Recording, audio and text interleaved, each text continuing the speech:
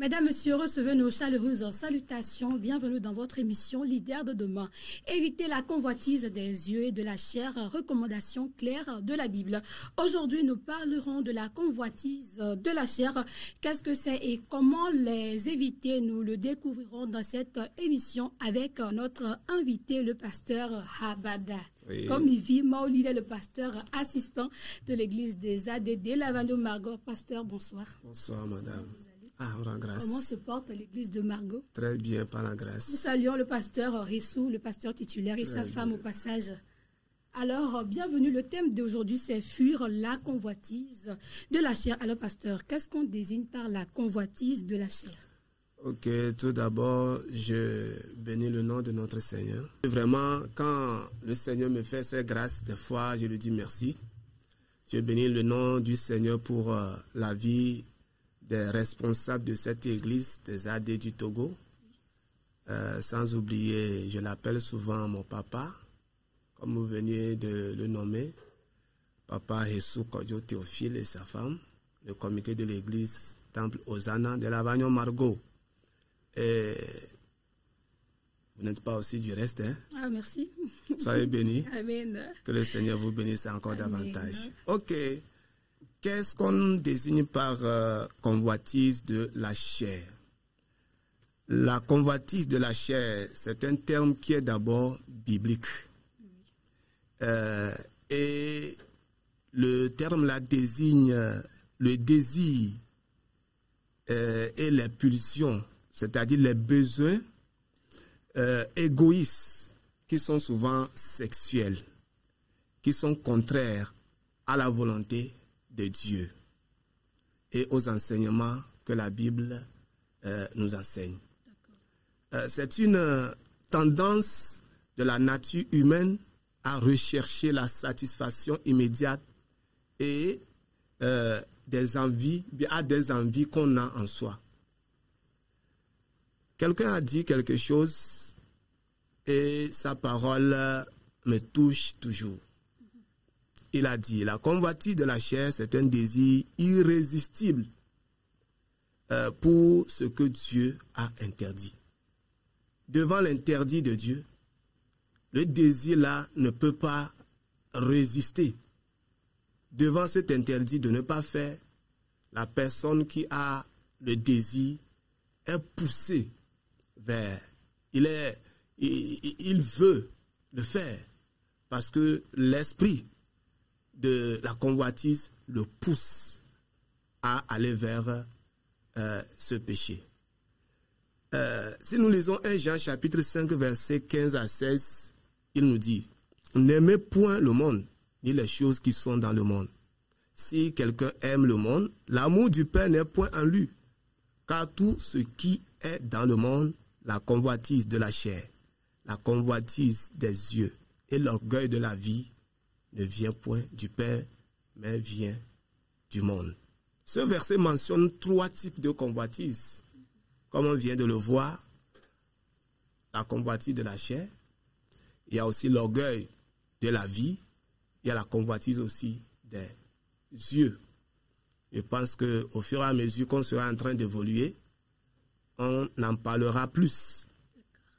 Donc, dans le contexte biblique, le mot chair veut dire beaucoup de choses. Surtout, dans ce contexte, représente la nature humaine pécheresse dominée par ses désirs, ses appétits, à faire quoi?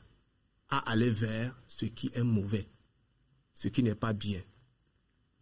Elle inclut aussi les désirs excessifs pour les choses du monde qui s'opposent toujours à la volonté de Dieu. Parce que la volonté de Dieu est claire, est simple. Mais en face de la convoitise de la chair vraiment, la chair, l'homme a tendance d'aller vers, mais il quitte la voie de Dieu. Donc ça s'oppose à la volonté de Dieu. Et nous voyons aussi que non seulement la personne veut faire, mais à l'intérieur de l'homme, il aime.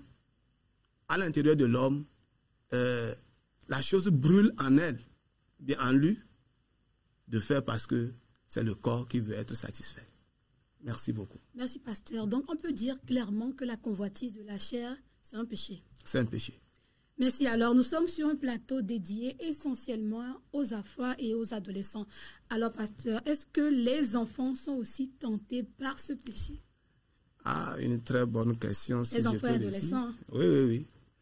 Bon, les enfants, si les enfants sont aussi tentés vers ce péché, la nature humaine pécheresse ne dépend pas de l'âge. D'accord. Ni du sexe. Parce que quoi? L'homme aussi, bien l'enfant qu'on met au monde aujourd'hui, la Bible dit, est né de l'homme aussi à Adam, c'est-à-dire de la descendance adamique. Donc, l'enfant ou bien le jeune adolescent porte aussi cette nature humaine qui est pécheresse. Donc, la Bible aborde la convoitise comme un péché qui est universel à tout le monde. C'est-à-dire que ce soit un petit, un adolescent, un adulte, un vieux, bon, qu'il est femme ou homme, tout le monde est tenté vers la convoitise de la chair. L'apôtre Paul a exhorté le jeune Timothée à fuir les convoitises de la chair. Le jeune Timothée. On n'a pas parlé d'un adulte, hein? D'accord. Du jeune Timothée. Merci beaucoup. Merci, pasteur. Si nous sommes d'accord que la convoitise est un péché, alors quels sont les dangers spirituels liés à la convoitise de la chair? Merci. Comme nous sommes ici sur un plateau télé religieux, vous avez raison de parler du côté spirituel. C'est normal, parce que nous adorons un Dieu qui n'est pas physique, mais spirituel. Le physique aussi arrive, mais nous allons parler premièrement du spirituel. Oui, je sais. Puisque tout est noté, je pense bien, à votre niveau aussi. Les dangers spirituels liés à la convoitise de la chair. Donc, le principal danger de la convoitise est de nous éloigner de Dieu. Le principal danger. Quand on est tenté et qu'on tombe dans ce péché, on s'éloigne de Dieu. Donc une fois tombé dans le péché, on est très très loin. C'est pourquoi des fois on crie, on appelle Dieu, mais Dieu ne répond pas. Ésaïe 59, verset 2 nous dit, non, la main de l'Éternel n'est pas trop courte pour sauver, ni son oreille trop dure pour entendre. Mais ce sont vos crimes qui mettent une séparation entre vous et votre Dieu. Ce sont vos péchés qui vous cachent sa face et l'empêchent de vous écouter. Donc ce qui veut dire, en tant que chrétien, enfant ou adolescent, quand on tombe dans ce péché, le premier danger, c'est qu'on est éloigné. On est éloigné de Dieu. Non seulement ça, il y a d'autres dangers. Ce péché nous conduit aussi, bien nous amène à la chute.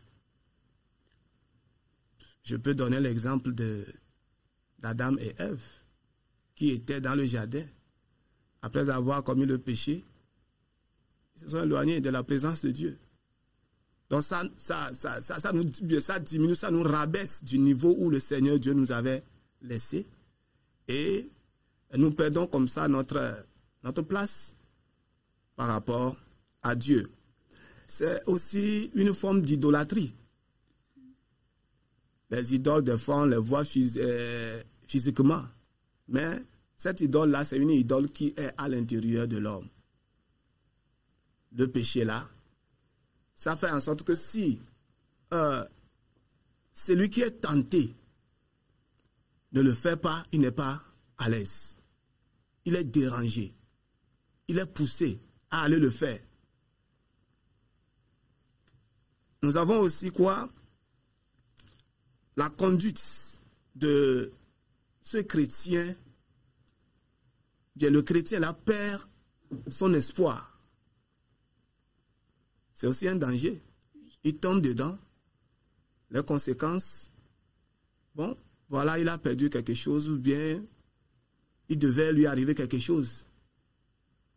Tu serais tombé dedans. Il a commencé par perdre. Au fur et à mesure, il se verra tout seul. Cela me rappelle d'une sœur qui était tombée dedans comme ça. Le monsieur l'a laissée. Elle est restée seule avec l'enfant. Et la vie a commencé par la malmener. Elle ne savait pas où aller. C'est pour dire quoi? La convoitise. Elle a perdu tout son espoir. N'eût été la grâce de Dieu. Heureusement que Dieu est toujours là. Heureusement que Dieu est toujours là. Toujours Dieu est là. Donc Dieu l'a sauvée.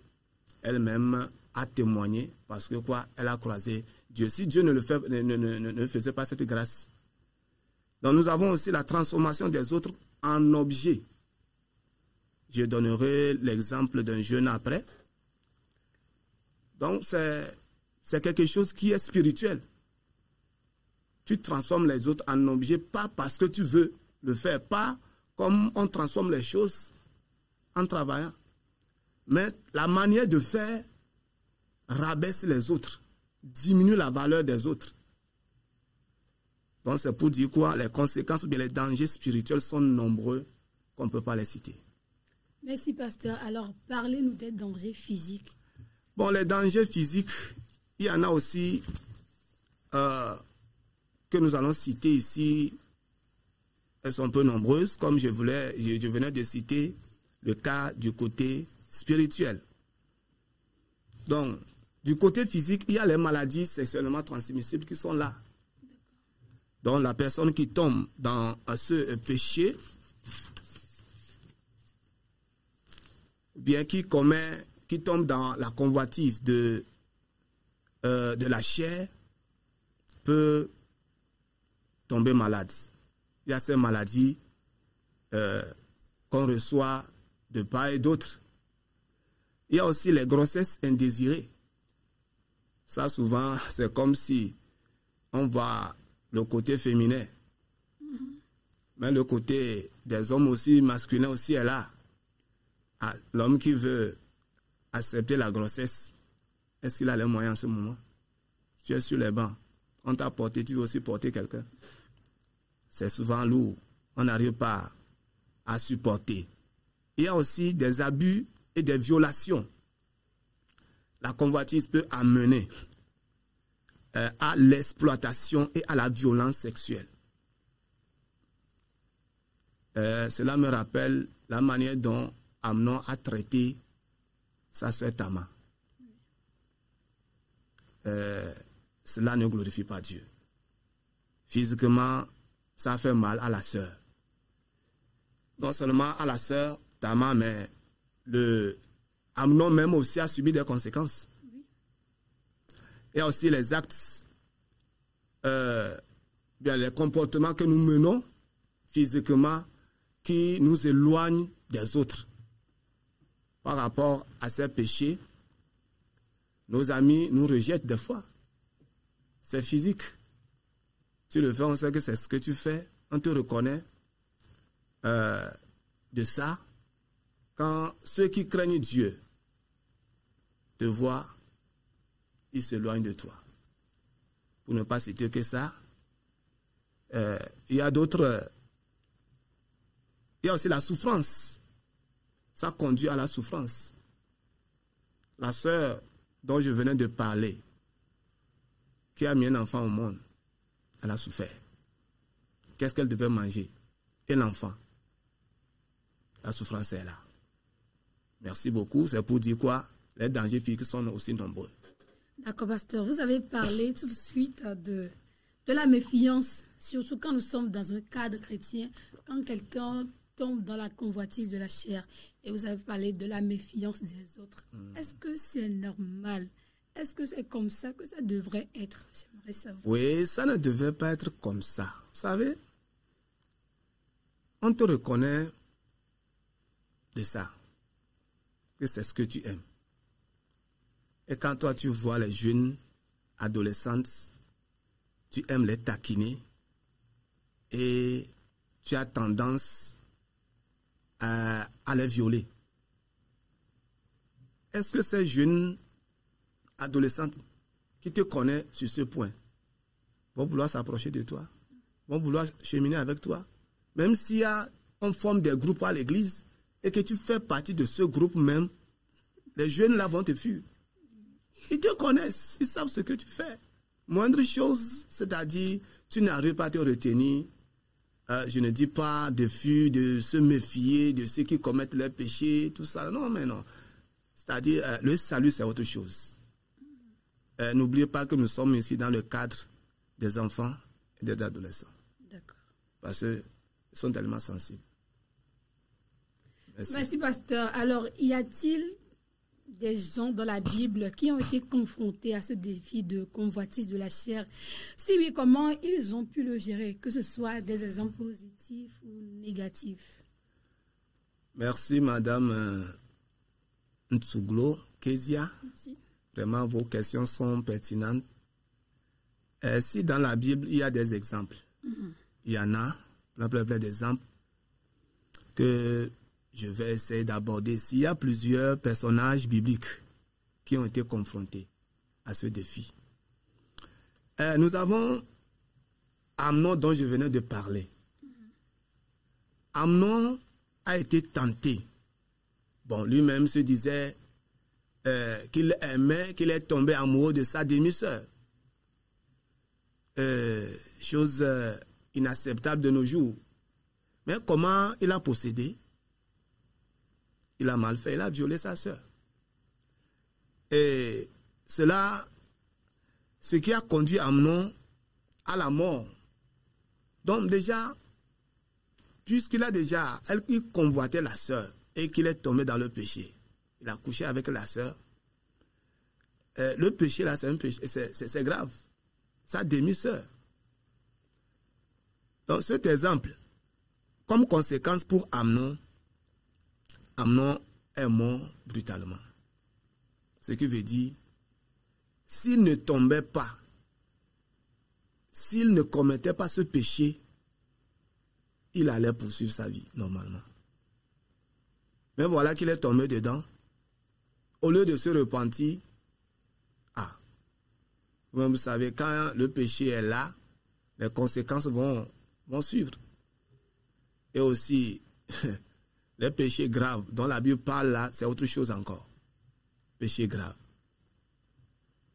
Donc c'est pour dire quoi? La conséquence directe de cet acte d'Amnon est la mort brutale. Nous avons aussi l'exemple de notre patriarche David, le roi David. Le roi a regardé Bathsheba, la femme d'Uri. Il a regardé seulement. Et puis, il a désiré. Au même moment, il avait ses femmes à la maison. Il a désiré la femme. Ce qui a conduit le roi à l'adultère. Cela ne s'est pas arrêté là-bas. Au meurtre par la suite. Parce qu'il voulait cacher le péché. Il n'a pas pu. Il a cherché à faire quoi? À enlever la vie du monsieur. Parce que le monsieur, lui, ses pensées n'étaient pas à la maison, mais à la guerre. Le niveau où il ne devait pas combattre, c'est là-bas. David lui a envoyé. Vous voyez? Donc, il a tué son soldat, pour ne pas dire le militaire qui était à la guerre pour sauver Israël. Il a fait en sorte que Uri est mort. J'ai aussi un exemple ici à vous donner concernant Ésaü. Ésaü a échangé son droit d'aînesse à cause de quoi? De la nourriture, d'un plat. Pour lui, le ventre. Il ne voyait pas l'importance du premier-né, de l'héritage de ses parents. Puisqu'il s'est incliné, c'est-à-dire, il ne voyait pas l'importance, il a vendu facilement. moins cher même. Puisque très moins cher. Ça coûtait combien la nourriture de son frère? Il a vendu son droit d'aînesse, voilà, il a perdu son droit d'aînesse, c'est bénédiction. Au moment arrivé maintenant, il pleurait, mais il a tout perdu. Je vais terminer par l'exemple d'Akab, le roi d'Israël, qui aussi a désiré la vigne de Naboth. Ça ne l'appartient pas. Quand la chose ne t'appartient pas et que tu n'as pas la force de combattre aussi pour l'avoir, on ne passe pas des moyens aussi. Oui. Sa femme, qui était une méchante femme, excusez-moi le terme, a cherché à tuer le monsieur. Donc c'est pour dire quoi? Pour lui, la fin d'Akab n'était pas aussi ce que cela devait être. Donc je vais résumer en disant qu'il y a plusieurs personnages bibliques qui ont été confrontés. Mais comme ils n'ont pas su gérer pour la gloire de Dieu, ils sont tombés dedans. D'autres ont perdu la vie. Certains comme David, il n'a pas perdu la vie, mais il s'est repenti. C'est la grâce aussi, ça. Merci.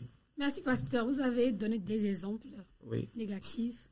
Est-ce qu'il n'y a pas eu des gens qui, face à ce péché, ont pu résister dans la Bible? Oui, dans la Bible, il y a aussi des gens. Souvent, nous mentionnons Joseph. Bon, est-ce que Joseph, pour lui, ce n'était pas une forme de convoitise, mais... C'était une tentation. Oui, c'était une tentation. Mais il n'a pas succombé devant cette tentation. Nous aussi, nous pouvons ressembler à Joseph. Bien sûr. C'est aussi un bon exemple à suivre. N'oubliez pas aussi notre Seigneur Jésus qui est notre modèle. Il a vécu sa vie terrestre sans péché. Ce qui veut dire quoi? Si Jésus a pu mener sa vie sur la terre sans péché, c'est aussi un bon exemple pour nous, que nous aussi nous pouvons le faire. Merci beaucoup. Merci, pasteur. Vous avez dit quelque chose qui a retenu mon attention. Oui, oui. Vous avez parlé de péché grave. Oui. Vous dites qu'il n'y a pas de petits péchés, il n'y a pas de grands péchés. Est-ce qu'il y a des péchés graves, très graves, moins graves? Expliquez-nous, s'il vous plaît. Péché grave. Tout d'abord, les choses commencent petit à petit. D'accord. Et quand ça commence, convoiter sa demi-sœur, dit je l'aime, en ce moment, je pense si il allait vers ses parents, on pouvait l'arrêter. On pouvait, car on saura comment gérer. Mais qu'est-ce que Amnon a fait? Il a passé par ses voies, ses malices, pour coucher avec sa sœur. Là où c'est grave, c'est ce que cela pouvait engendrer par la suite. Il y a des choses que tu fais, que tu peux corriger par la suite. Il y a des choses que tu fais, tu ne peux pas corriger. Okay. C'est là, moi je parle de ce qui est grave. Les descendants vont en bénéficier. Merci, pasteur, pour les précisions. Alors, nous poursuivons cette émission. Dans l'introduction, je l'ai dit, nous parlerons de ce que c'est que la convoitise et comment l'éviter. Alors, pasteur, comment l'enfant peut-il arriver aujourd'hui à surmonter les défis de la chair? L'enfant, comment il peut-il arriver à surmonter les désirs de la chair? Je vais répondre à cette question par un verset.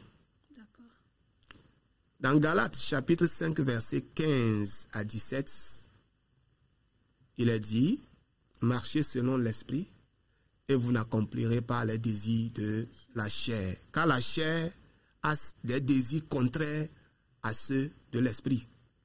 Et l'esprit aussi en a de contraires à ceux de la chair. Donc, ils sont opposés entre eux. » Que signifie ici marcher selon l'esprit? Puisque ce que je viens de lire, et je suis en train d'exhorter l'enfant et le jeune adolescent à marcher selon l'esprit. L'enfant va se demander, l'adolescent va se demander, mais comment on marche par l'esprit? Chaque croyant a l'esprit de Dieu en lui. Chaque croyant. Je ne parle pas de ceux qui fréquente les églises. Chaque croyant en lui a l'Esprit de Dieu qui habite en lui. Donc, celui qui, l'enfant, bien cet enfant qui veut marcher selon l'Esprit, l'Esprit déjà en lui, qui veut marcher selon l'Esprit, l'Esprit là qui est en lui, lui donne la force de vivre, lui donne la force de plaire à Dieu dans ses actes, dans ses comportements. Donc, quand l'Esprit est là, c'est l'Esprit qui nous aide à comprendre, à connaître la voie de Dieu, ce que Dieu veut de nous. Donc, marcher selon l'Esprit, ce n'est pas une marche qu'on fait aujourd'hui et on s'arrête. C'est une marche qui est continuelle, progressive. On fait la marche. Aujourd'hui, peut-être tu peux trébucher. Mais quand tu trébuches, tu te relèves et tu continues la marche. L'Esprit est là pour nous rappeler les préceptes de Dieu. Donc, le jeune, l'adolescent, doit chercher à vivre selon les préceptes de Dieu. Et je peux terminer en disant, quand on marche par l'Esprit, on est en train de faire quoi? De vivre un style de vie chaque jour, comme je venais de le dire. Et la marche selon l'Esprit aussi, comme je l'ai su dire au premier abord, elle est progressive au fur et à mesure qu'un chrétien se soumet au contrôle du Saint-Esprit, au contrôle de Dieu. Chaque jour que Dieu fait grâce, l'adolescent, l'enfant doit chercher à être, bien à dépendre de Dieu. Merci. Donc, si nous pouvons vivre selon ce que Dieu nous dit, si nous pouvons accepter, nous soumettre à la volonté de Dieu, je pense que nous sommes en train de marcher selon l'Esprit. Merci. Alors, pasteur, selon votre intervention, est-ce qu'on peut comprendre que sans l'Esprit de Dieu, il n'est pas possible de résister ou bien de triompher de la convoitise de la chair? Sans l'Esprit de Dieu, s'il n'est pas possible de triompher du convoitise de la chair. Oui. Oui.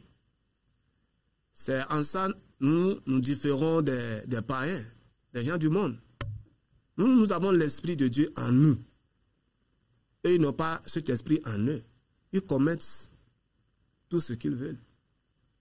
Donc nous avons besoin de l'Esprit de Dieu.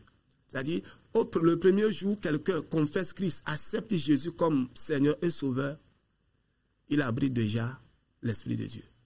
Donc l'Esprit déjà vient habiter en lui et devient désormais son maître. Donc sans l'Esprit de Dieu, on ne peut pas triompher, je peux le dire ainsi. D'accord, pasteur. J'ai une question. Est-ce que les mauvaises compagnies ne jouent pas un rôle très important dans le fait que plusieurs adolescents, enfants n'arrivent pas aujourd'hui à se maîtriser? Voilà. Ça me fait revenir sur la question si on doit se méfier. Vous voyez, la Bible est claire, tellement claire que les mauvaises compagnies corrompent. Voilà.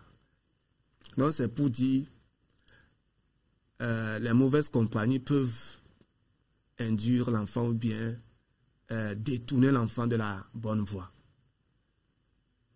Merci, pasteur. Nous arrivons presque à la fin de cette émission. Oui. Et quelle est la responsabilité des parents? Puisque nous parlons des enfants, des adolescents, quelle est la responsabilité des parents, des moniteurs dans ce combat contre la convoitise de la chair? Nous continuons par glorifier le nom de notre Dieu parce que l'œuvre de Dieu est tellement large. Et la charge des enfants ne s'arrête pas seulement à la maison. les moniteurs aussi sont inclus dans cette affaire. Que Dieu soit loué et que Dieu les fortifie également. Les parents et moniteurs ont leurs responsabilités. Donc, et les parents et les moniteurs doivent enseigner et guider les enfants. Il est de leur devoir d'enseigner aux enfants les voies de Dieu. De les enseigner ce que c'est que la foi. C'est le devoir des parents et des moniteurs. Ce que c'est que la foi, la repentance et le respect des commandements de Dieu. L'enfant est né, il ne connaît pas grand chose. Mais le parent ou bien les parents qui l'ont mis au monde, c'est à eux d'enseigner l'enfant ce que c'est que la voie de Dieu. Et ainsi l'enfant selon la voie qu'il doit suivre. Et quand il sera grand, il ne va pas s'en détourner. Voilà, quand les parents enseignent les enfants, et je pense que les enfants, les adolescents vont grandir avec ces enseignements, avec ces paroles. Merci beaucoup. Il y a aussi, ils doivent donner de bons exemples. Leur comportement aussi, hein, comme ici, le comportement de la mère ou du père ou des moniteurs importe beaucoup ici. Ils doivent eux-mêmes vivre la parole de Dieu avant de la transmettre aux enfants. Sinon, les enfants copient facilement. Il n'est pas difficile à un enfant de faire ce que son père fait devant lui. Si nous lisons Deutéronome chapitre 11, versets 18 à 20, il est dit, mettez dans votre cœur et dans votre âme ces paroles que je vous dis. C'est la parole de Dieu. Hein? Vous les lierez comme un signe sur vos mains et elles seront comme les frontaux entre vos yeux. Vous les enseignerez à vos enfants et vous leur parlerez quand vous serez tu seras dans ta maison, quand tu iras en voyage, quand tu te coucheras et quand tu te leveras. Ce qui veut dire, avant, bien ce que les parents et les moniteurs enseignent aux enfants, eux-mêmes doivent eux-mêmes doivent avoir ça en eux, vivre ça. Donner l'exemple. Donner un bon exemple aux enfants. Merci. Ils doivent aussi avertir leurs enfants avec amour. L'amour est important. L'amour est important. L'enfant, c'est-à-dire, quand tu veux conduire un enfant avec force, tu ne pourras pas. Parce que lui, c'est un enfant, il ne sait pas ce qu'il fait. Bon, quand on parle d'enfant, il y a aussi les adolescents là-bas. Hein. Ils sont conscients des fois de ce qu'ils font, mais c'est avec amour. Dieu est amour, non? Bien sûr. Il a tant aimé le monde. Il a donné son fils unique.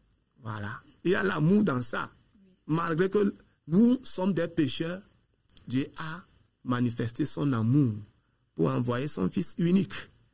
Donc je disais que l'enfant, le père doit avertir le jeune que sans Christ, il ne pourra pas réussir sa vie.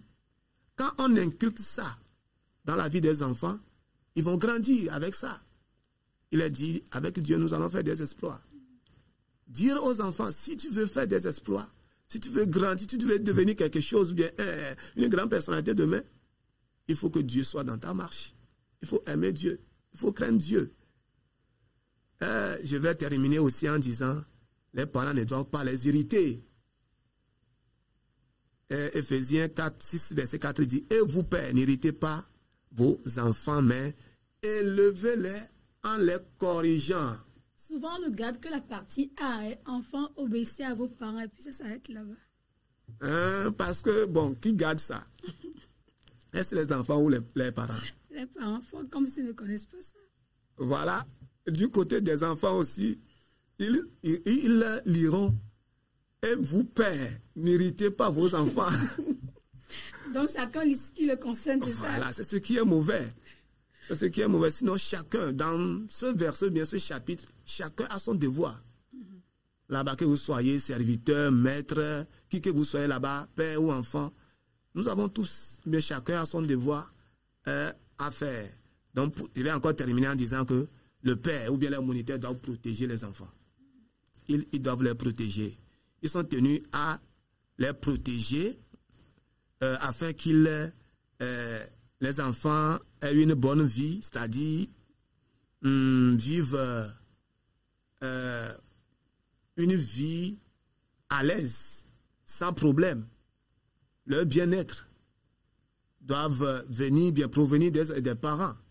Leur vie spirituelle aussi dépend des parents. Donc, apprendre aux enfants la bonne vie, comment ils doivent se comporter en société, tout ça là, c'est le devoir des parents. Merci beaucoup. Merci, pasteur. Nous sommes à la fin de cette émission. Votre mot de fin. Le mot de fin. La convoitise de la chair, c'est un désir qui est impur. Ce n'est pas pur devant Dieu et devant les hommes. Donc, elle est contraire aussi à la volonté de Dieu. Et l'une des caractéristiques du péché qui nous sépare de Dieu. Donc, pour le leader de demain, c'est votre émission. Bien sûr, enfant, responsable de demain. Responsable de demain. Donc, pour le leader de demain, il doit marcher selon l'esprit pour ne pas accomplir les désirs de la chair. Car si par l'esprit, vous faites mourir les actions du corps, vous vivrez. Et vous aurez du succès dans tout ce que vous entreprendrez. Et là, votre vie reflétera la gloire de Dieu. Donc, à tous les enfants et à tous les jeunes adolescents, adolescentes, marchez selon l'esprit. Amen. Amen. Merci beaucoup, pasteur. Soyez bénis. J'espère que nos téléspectateurs ont été richement bénis. Également, la convoitise de la chair est un péché.